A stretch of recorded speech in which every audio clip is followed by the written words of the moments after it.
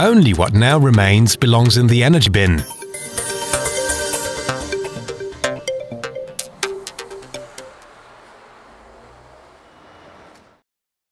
From the big waste container for 1,100 litres to the 120-litre Euro standard bin, which can be reduced by variable inserts down to 40 litres, you have the choice. The better you separate your refuse, the more fees you save.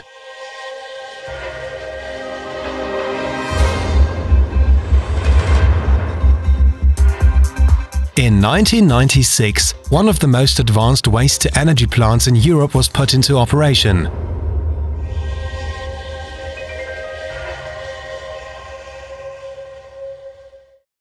The location of the plant, the Industry and Business Park Ursulasried, has proven highly suitable. Short transport routes save time and money and protect the environment. Residual waste is continuously shipped to the plant from the TAC region.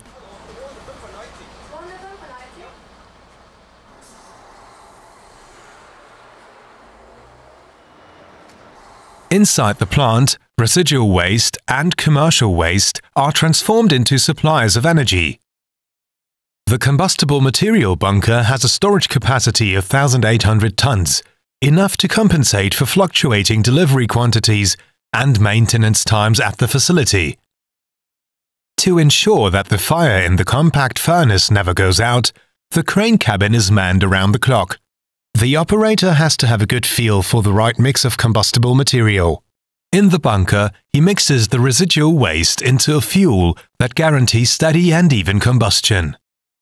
The compact furnace burns an average of 10 tons of fuel an hour at a minimum of 850 degrees Celsius. The combustible material is continuously circulated via pushback movement of the grate and mixed with newly supplied fuel. This process guarantees an intensive and low-emission combustion process that leaves only slag as a residue. The control room, the brain of the plant, is manned around the clock to regulate and monitor all operations. Air is sucked out of the bunker and then mixes all the as yet unburned gases in the furnace, which then burn away in the afterburner. The hot flue gases flow through the boiler and enter a multi-stage flue gas cleaning plant. In the electrostatic precipitator, the dust particles, and thus the majority of the heavy metals in the flue gas, are removed. In the first washing stage, the chlorine and fluorine compounds are dissolved, and the last of the fine dust particles are bound. In the second stage, the sulfur dioxide is washed out by adding pulverized limestone.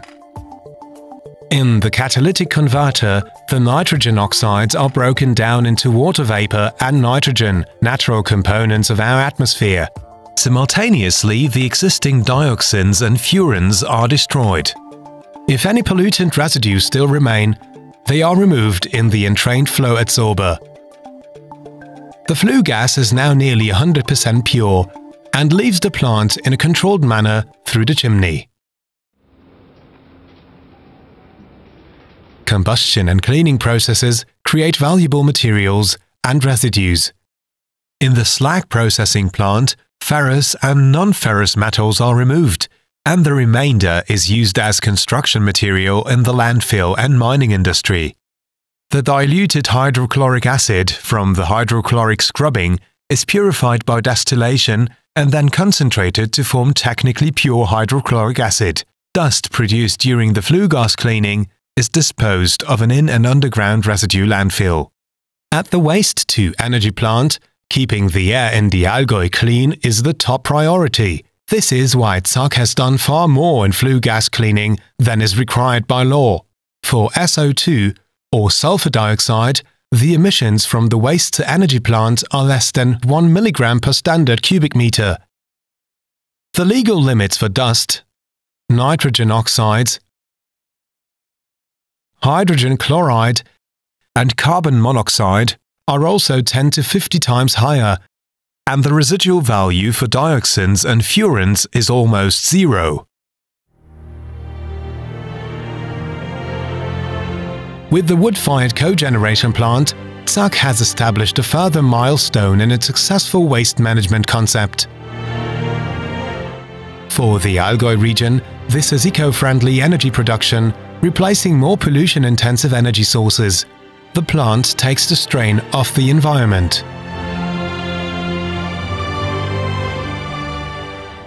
Thanks to intelligent logistics, waste wood delivery takes place just in time. 150 tons of wood can be delivered daily.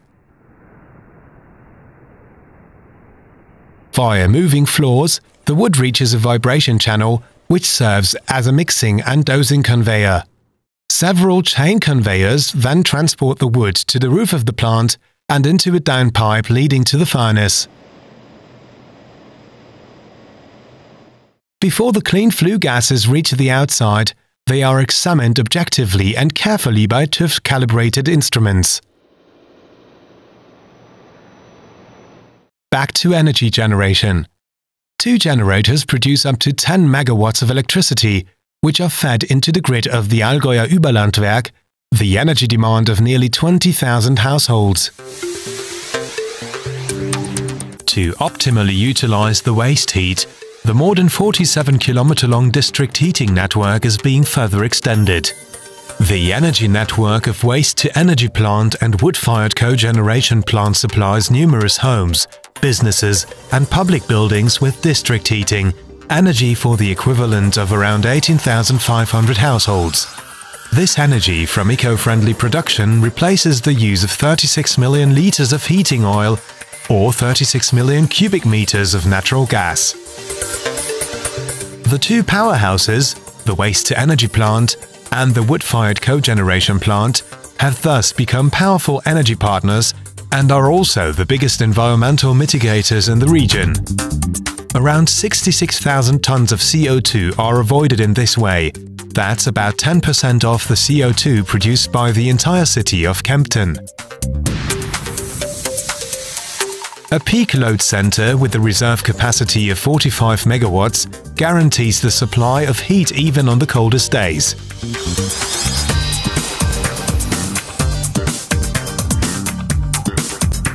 Two 20-meter-high heat reservoirs optimize the heat output of the waste and wood-fired cogeneration plants for high energy efficiency.